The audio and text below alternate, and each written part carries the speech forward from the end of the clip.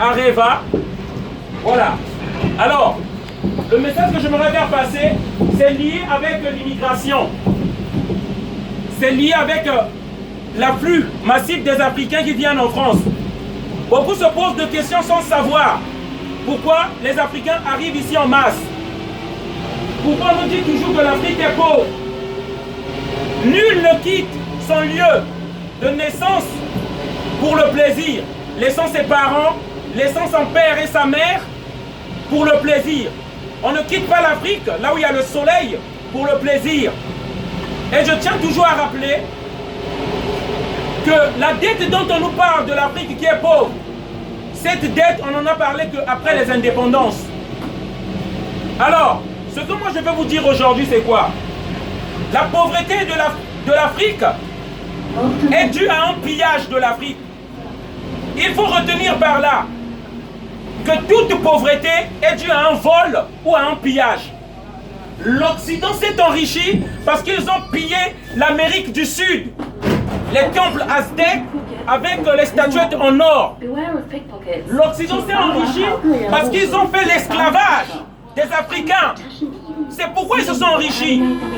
L'Occident s'est enrichi parce que après le pillage de l'Amérique latine, de l'Amérique du Sud, après le pillage de l'Afrique, ils ont mis l'esclavage. Après l'esclavage, aujourd'hui nous sommes dans la France-Afrique. Pour certains, la France-Afrique, c'est une relation entre l'Afrique et la France. Non, c'est une relation des criminels. C'est une relation incestueuse. C'est une relation des tueurs. C'est très sale, la France-Afrique. La France-Afrique, c'est un système qui commence au rang. On nous impose des dictateurs.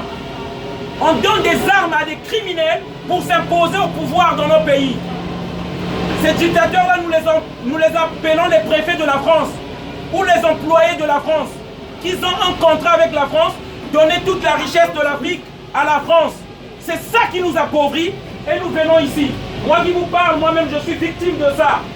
En 97, Jacques Chirac donne les armes à M. Denis Sassou Nguesso qui tue les Congolais en masse, ce qui fait que je fuis mon pays, que je viens ici. Aujourd'hui, je suis chauffeur de bus, je suis en train de prendre le travail qu'aurait pris un Français ici, qu'aurait occupé un Français ici. Moi, je suis en train de prendre ce travail. Ce que nous demandons aujourd'hui, on veut rentrer chez nous. On veut que ça s'arrête. On ne veut plus qu'on nous impose des dictateurs. L'Afrique n'a pas un problème économique, il a un problème politique. Le fait de nous imposer des dictateurs, que les multinationales françaises, américaines, arment des dictateurs, des criminels qui tuent les peuples africains.